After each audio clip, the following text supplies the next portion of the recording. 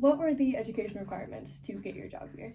So I had to go get my bachelor's degree. I chose to study psychology. You kind of can study anything. Like if you wanted to go get a bachelor's in education, you can to be a school counselor.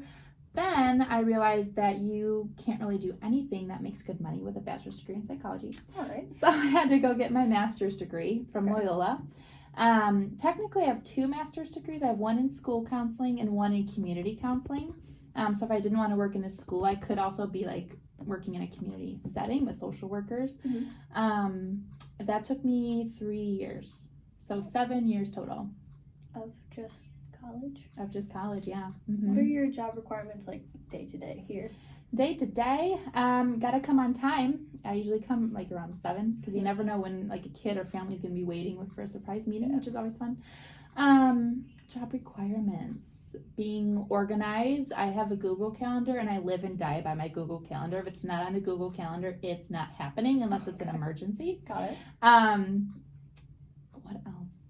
Being flexible is important because working in a school as a counselor, there could be a crisis that will completely disrupt your entire day. Because if a kid comes in saying they're having, suicidal thoughts or experiencing abuse in the home, that's not something you can just be like, oh, you know what, I have to be in a classroom in 20 minutes. Can you just hold that thought so I can leave? You have to be flexible and be able to move things around. Good self-care is important. If you're helping take care of others, like students, I have to take care of myself as well, because if I'm a burnt out school counselor and I'm coming super crabby every day, not approachable, kids aren't going to want to talk to me and I'm not going to be able to help them.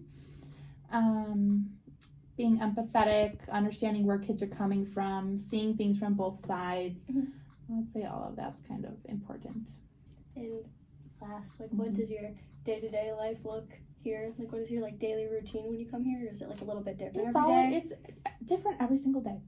I come, I check emails and kind of double check all the meetings I have to attend for the day.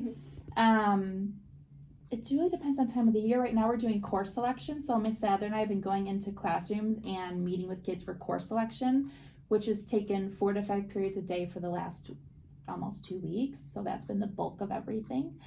A typical day, I'll have student meetings. So if students are struggling in their classes, I'll call them down. If students reach out because they want to work on post-secondary planning and they're making their list of schools, I meet with them. So that could be a variety of different things. Staff meetings, kind of my least favorite parts of the day. Pretty common theme. Yeah. The more time I spend with adults, the less enjoyment I get out of my day.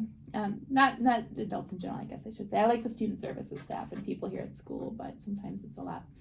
Like I said, sometimes I'll plan my entire day and there'll be an emergency and I don't get to any of it.